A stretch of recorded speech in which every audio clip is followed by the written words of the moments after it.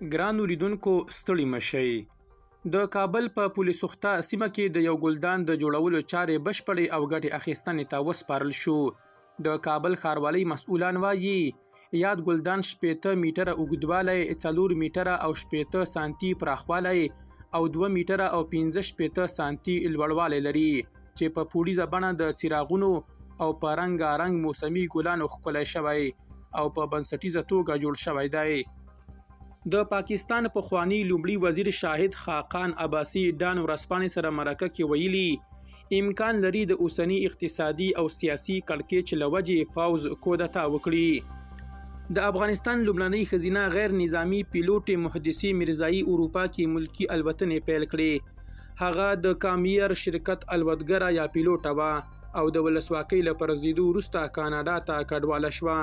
محدثي په لومړنۍ الوتنه کې ولسمشر غني امریکا ته رسولی و چې د ګڼ شمېرو وګړو پام یې ځان ته راواړوه. د طالبانو د صنعت او سوداګرۍ وزارت وایي په تیر 1400 کال کې د هوایي دهلیزونو له لارې نږدې 200 میلیونه ډالره لیږد رالېږد شوی دی.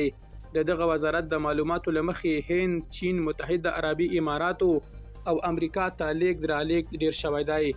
په ورته وخت کې یو شمېر سوداګر وایي په نړیوالو بازارونو کې د سیالۍ لپاره باید د هوایي دهلیزونو له لارې صادرات ډیر شي. درنو لیدونکو له ملتیا مو مننه.